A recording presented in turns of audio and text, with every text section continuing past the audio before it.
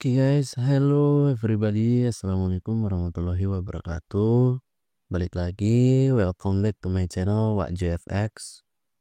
Mohon maaf sebelumnya ya, setelah seminggu yang lalu gue terakhir upload video dan baru hari ini gue mau up video terbaru.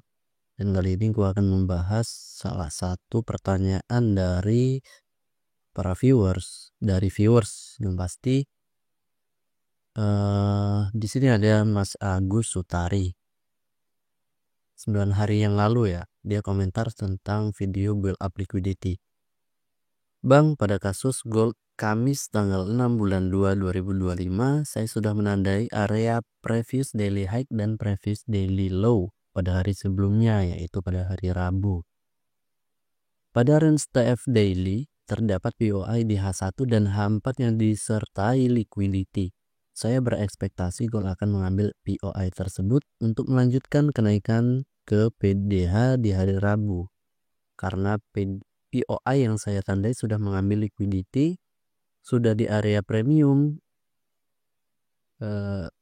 dan sebenarnya sudah respect pada POI yang saya tandai, bahkan sudah terkonfirmasi dengan adanya structure shift. Tapi ternyata malah PDL hari Rabu di sweep. Solusi untuk mengantisipasi permasalahan tersebut bagaimana Bang? Mungkin bisa dibuatkan videonya. Terima kasih. Oke, sebelumnya Mas Agus Tari, terima kasih sudah mempertanyakan kendala ataupun permasalahan yang Mas Agus hadapi. Dan kali ini saya akan menjelaskan bagaimana hal tersebut bisa terjadi. Di sini kita mulai dari time frame daily. Kita tandain ada di tanggal 6 ya, tanggal 6 bulan 2. Nih, 6 Februari 2025. Kita tandain previous daily high dan previous daily low di tanggal 5. Oke. PDH. Nah, PDH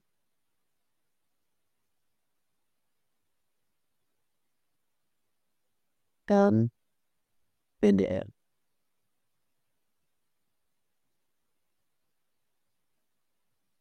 Dari daily kita beralih ke time frame 4 jam.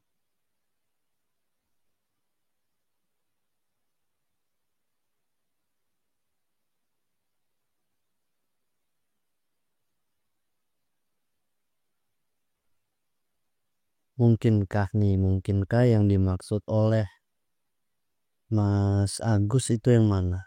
Apakah POI 4 jam ya? Kita ambil POI 4 jam dan terdapat liquidity. Apakah yang ini atau yang ini? Kita tandain dulu satu persatu POI-nya. Nah, sini ada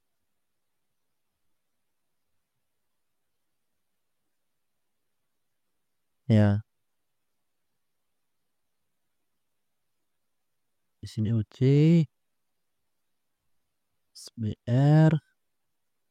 Sini sebenarnya ada guys namanya SBR juga, tapi di sini lebih ke identik ke rejection block RJB.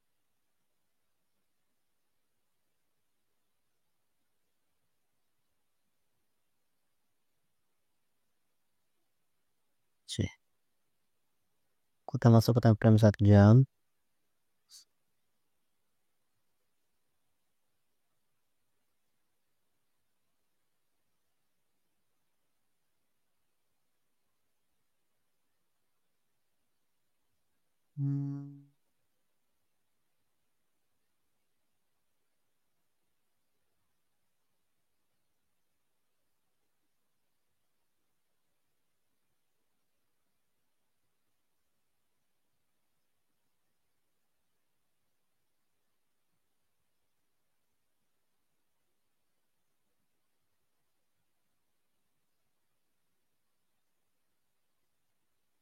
Mungkin di sini ya yang dimaksud. Dan mengandalkan atau menggunakan liquidity yang ada di sini. Mungkin ya, ini asumsi saya pribadi atau liquidity yang di sini.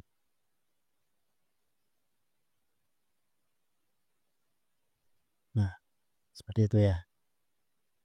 Kita ambil satu sampel dulu untuk menentukan posisi yang tepat, yang mana yang dimaksud oleh Mas Agus. Dari 1 jam coba kita refine lagi kembali ke M15.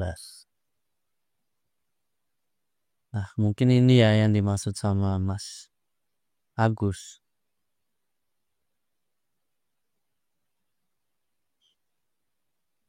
Mungkin dari perkiraan asumsi pribadi ada di sini case-nya. Structure-nya di sini. Shift. Ya kan? Setelah mengambil satu dari sini ya, bisa 1, 2, 3.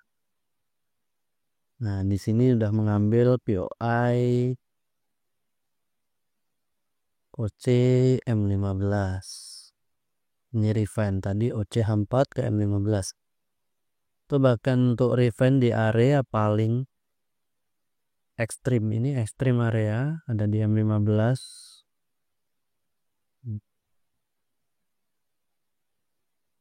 Dan satu lagi penarikan premium diskon area.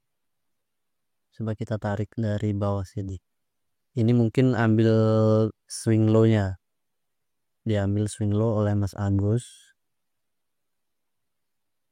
Oke.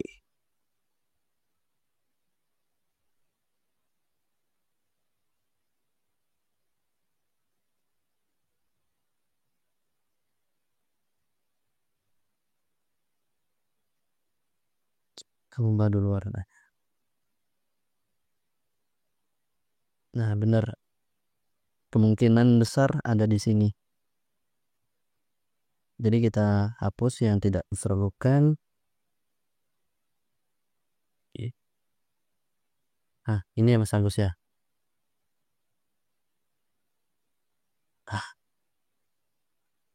Di sini kita melihat memang sudah terjadi yang namanya shift. Terdapat shift structure di harga 2861. Coba kita kembali ke H1.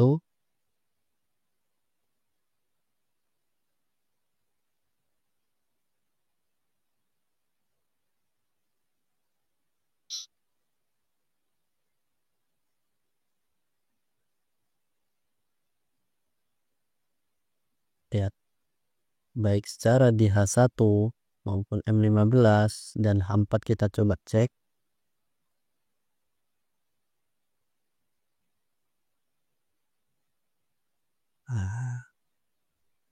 Ini Mas, dia meninggalkan area berupa area FEG.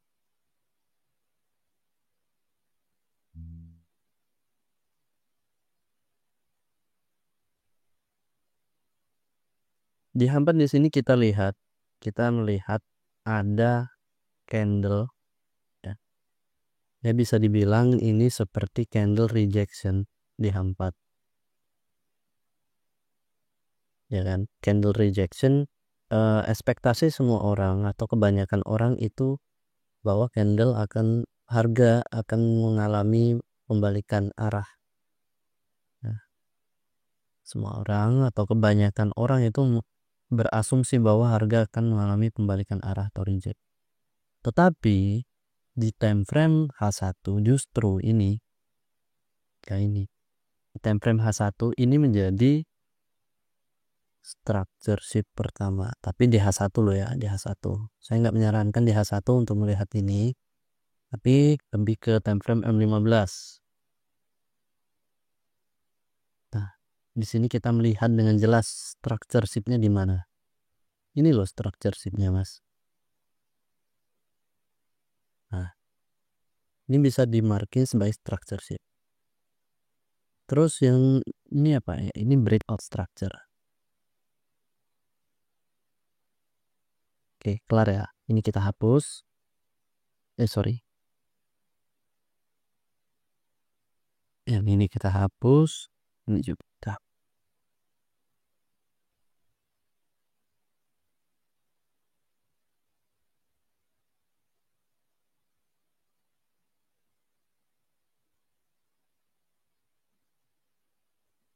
Nah, kelihatan. Market sudah membentuk structure shape dan breakout structure. Selanjutnya, area mana yang menjadi tempat membalikan harga? Sini. Di sini bertepatan dengan yang namanya sebelum New York Kill Zone ya. Biasanya di New York sebelum sesi London maupun sesi New York itu terdapat Judas swing atau fake movement yang membentuk manipulasi harga. Dan di sini kita ambil seperti di video sebelumnya mengenai liquidity inducement theory. Dia ambil yang pertama nih, 50% dari zona Asia. Ini garis 100%, 50%, dan 0% zona Asia. Selanjutnya, area yang perlu ditandai ialah rejection block yang ini atau OC yang ini.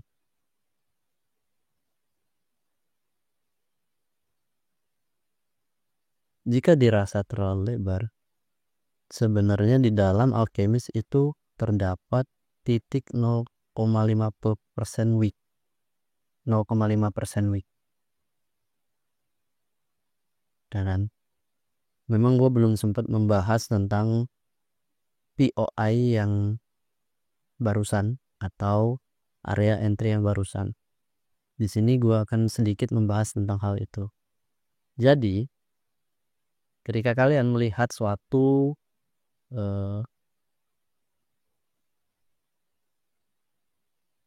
support maupun resisten, yang mana support resisten tersebut mempunyai wick yang panjang atau candle yang panjang seperti ini. Jika kalian ragu untuk entry di area pangkal atau area line chart lah ya, open close-nya, itu kalian akan mempunyai drawdown yang sangat besar. Di sini ada 25 pips. Itu kalian bisa tarik garis ataupun membuat Fibonacci dengan angka 1, 0,5, dan 0%. Itu kalian ambil setengahnya. Atau gua udah ada memang dari dulu ini pembagiannya ada 5. Jadi ada 0%, 0,25, 0,5, 0,75, dan 1. Ini kalian bisa ambil, terserah. Tapi ya umum sih ke angka 0,25 dan 0,5. Jadi seperti itu. Balik lagi ke topik, permasalahannya ya yang kita lihat di sini terdapat shift structure dan juga break of structure. Disertai apa? Disertai imbalance atau fair value gap. Situ. Selanjutnya ketika Judas swing telah berlalu, ada fase New York Kill Zone. Nah, New York Kill Zone itu pada saat di tanggal 6 bulan 2 dia mengalami yang namanya ekspansi atau distribusi. Dan PDL ini menjadi exit liquidity bagi seseorang ataupun orang-orang yang mempunyai posisi entry sell di sini maupun di Asia sini ataupun di sini ya. Setelah itu candle mengalami pergerakan yang begitu besar ya pada tanggal 6. Kita mulai dari New York Kill Zone itu ada 300 pips. Dia ambil rejection block.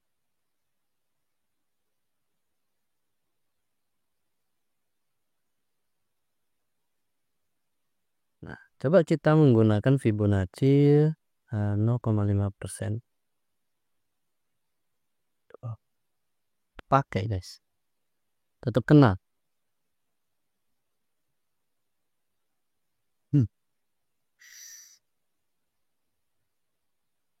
Ini dikhususkan memang ketika POI atau area entry kita itu mempunyai drawdown entry yang begitu besar atau wick yang begitu panjang. Dan syarat seperti ini ya, rejection block bener-bener candle reject lah, kalian tahu kan candle reject seperti apa ya, kayak itu. Bisa diambil sebanyak 50% dari candle tersebut, itu bisa menjadi POI. Asalkan apa syarat-syaratnya atau reason-reason yang untuk kalian entry itu udah terpenuhi semua. Kalau nggak terpenuhi ya nggak usah di entry itu. Untuk apa? Kalian udah punya reason yang baku, yang pas sesuai dengan style trading kalian. Jadi jangan dipaksa ketika reason tersebut nggak terpenuhi. Ah, Bang, kenapa kalau seandainya misal ini gue nggak tahu ya, gue ada apa namanya? Ada news apa gitu kan.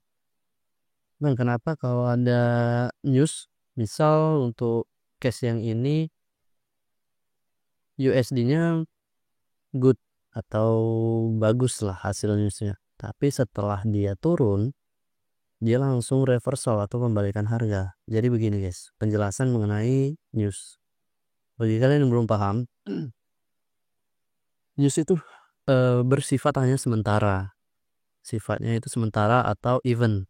Kalian tahu event kan, entah itu kayak pasar malam itu kan, sifatnya ya sementara, nggak bisa dijadiin patokan untuk patok kalian berlama-lama entry gitu. Yang dalam artian kalian jadiin patokan kalian untuk swing misalnya kan gitu. Kecuali guys, ini satu. Pertama itu ada FOMC, itu bisa kalian jadiin patokan sebagai entry swing. Kenapa? Ketika FOMC, entah itu keputusan suku bunga, baik suku bunga dinaikin ataupun diturunkan atau bahkan hanya ditahan, itu selalu berimbas ke market. Imbasnya seperti apa? Ya, seperti yang kita lihat, selalu ada pergerakan yang begitu besar saat FOMC. Ya, itu paling rendah itu 400 pips, dan 400 pips itu bisa dijangkau dalam waktu 1 hari after news release. Itu bisa kalian jadiin patokan sebagai news yang high volatile, benar-benar high volatile dan mempunyai range yang besar. Jadi kalian bisa ngehold lumayan lama itu untuk FOMC. Yang pertama ya, yang pertama. Atau bahkan range yang besar atau yang begitu panjang bisa mencakup 500 pips, 400 pips itu hanya bisa dijangkau dalam waktu cuma 1 hari. Cuma 1 hari. Padahal sebenarnya kalau di hari-hari biasa ataupun ada news ya efeknya sementara gitu, 400 pips itu ya mungkin paling 2 hari, 3 hari gitu kan. Tapi ini bisa dijangkau 1 hari. Terus yang kedua itu ialah CPI. Kenapa? CPI itu ialah penentu atau indikator tentang inflasi di suatu negara. Karena kita berpatokan pada USD, ya CPI di negara US itu seperti apa hasilnya. Dan kita melihat contoh CPI yang kemarin, itu kalian tahu, nih. Ini dijangkau dalam waktu 2 hari. Sebesar, ini kalau kita ambil ujung ke ujung ya, 760 pips, lumayan tuh. 2 hari 760 pips. Itu ya, jadi dua jenis news ataupun dua jenis fundamental yang mempengaruhi pergerakan harga begitu besar dan dicakup dalam waktu bisa paling cepat 1 hari itu. Price-nya besar. Walaupun candlenya nggak yang kayak misal ini nih, candle reject gini terus ada pergerakan signifikan atau ekspansi. Nggak selamanya candlenya berbentuk seperti itu ya, kayak ini bertahap pelan-pelan naik gitu. Bang, gimana kalau NFP? Ya NFP ya kita ambil contoh hari Jumat NFP kemarin ini ya. Ini nggak sih NFP? NFP itu emang pergerakannya besar 200 pips sampai 300 pips itu. Cuman sekali lewat. Ketika NFP sudah selesai ya bisa berupa reversal atau bisa berupa pullback terus continuation. Kayak gitu kalau NFP. Nggak bisa dijadiin patokan sebagai style trading intraday ke atas, dalam artian di atas intraday gitu. Tergantung kondisi atau kondisional lah ya. Terus satu lagi, ini sebenarnya nggak masuk dalam fundamental, tapi yang dinamanya pair gold ini benar-benar berpengaruh. Karena apa? Kayak ini misal contohnya. Ketika di hari Jumat kemarin terdapat news yield Amerika itu ya. Amerika itu kayak indeks Nasdaq segala macam itu kan mengalami penurunan. Tapi seharusnya ketika yield Amerika itu turun, gold itu harusnya naik. Gold itu harusnya naik. Dan US itu sebenarnya juga naik ya. US itu di XY harusnya kan turun kan. Kita ambil contoh. Tuh, di XY turun ya kan. Nih, di XY turun. Pastinya XAU naik gitu. XAU naik. Tapi di sini justru di XY dengan XAU itu satu arah. Kenapa? Jadi gue jelasin. Di dalam pair gold, ya pair apapun ada yang namanya taking profit para institusional. Taking profit para institusional. Jadi nggak peduli dia fundamentalnya apa. Kalau mereka udah taking profit besar-besaran atau serempak gitu ya, harga terutama gold akan turun. Kenapa? Institusional atau ya kayak bankir-bankir besar gitu, kayak terus JP Morgan dan lain-lain gitu. Mereka butuh yang namanya harga itu pullback atau harga itu mengambil area yang mereka kehendaki untuk selanjutnya naik lebih tinggi.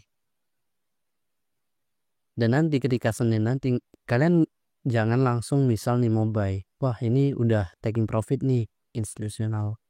Mau buy ya boleh-boleh aja silahkan. Tapi gue saranin harus sesuai dengan rules dan plan kalian. Ya kan?